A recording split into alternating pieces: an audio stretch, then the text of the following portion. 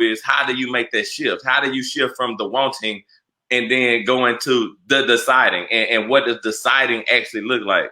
Yeah. So for me, it's the standards how you want to live. And unfortunately for a lot of people or a lot of times, it can take being all the way at what you consider the bottom. Because usually we're at the bottom, you're like, I can't live like this no more. Like never again. But it's also because we don't believe yet that we can be great. Like we believe that it has to be something extraordinary. And even saying that, we don't believe that we're extraordinary, even though if we were to really look at ourselves, everything that we have done up until this point has been extraordinary. Like I mean, learning how to learn it. I say this all the time, man. Learning a language from scratch. If you can communicate with somebody, if you're talking right now, you learned a whole language from nothing, from no reference point. You know, like I'm trying to learn Spanish now, but I'm learning Spanish in reference to English.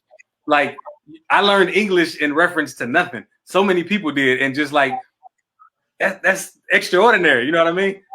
Yeah. Not real talk. So to me, that goes. It's funny that you said that because to me it goes to what my next point I felt like was to stop diminishing who we are. Stop diminishing the things that we've accomplished and look at them in the proper light.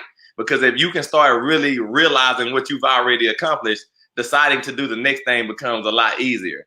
Yeah. But a lot of times, go ahead. Well, then I was gonna ask you, so how did you make that switch too? Like as you, because I mean, there's different levels that we go to and we can always get better, but it's always takes that deciding. And like, so what is it for you? I would say. So funny enough, you said being at rock bottom, and I don't know if I can define anywhere that I've been as rock bottom because I realize how blessed and how much I have in life. You know what I'm saying? And I realize how great I am as a person.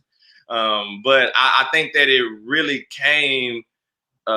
It's really been coming because, like you said, it's levels to it. But it's really been coming as time has been progressing, and I've been able to look at myself more.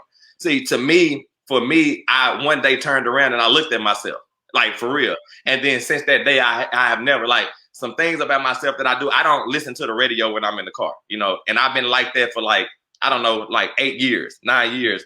And so what happens is in that time, since there's nobody else with me, the only thing I have is myself to evaluate. The only thing I have is myself to look at. The only thing I have are the things that I want to really either dwell on them in the wrong way or the right way.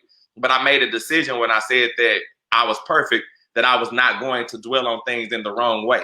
You know what I'm saying? I have an option. I know I have both, but I decided to say, you know what? Let me come up with as many ulterior thought processes that are positive that that's going to move me forward. Yeah. And then again, not minimizing who I was and what I've done already. So that's kind of how it's happened for me. And that's really just kind of being in a little bit of solitude in a sense. But that was the only way that I can kind of silence the loudness of distractions around me.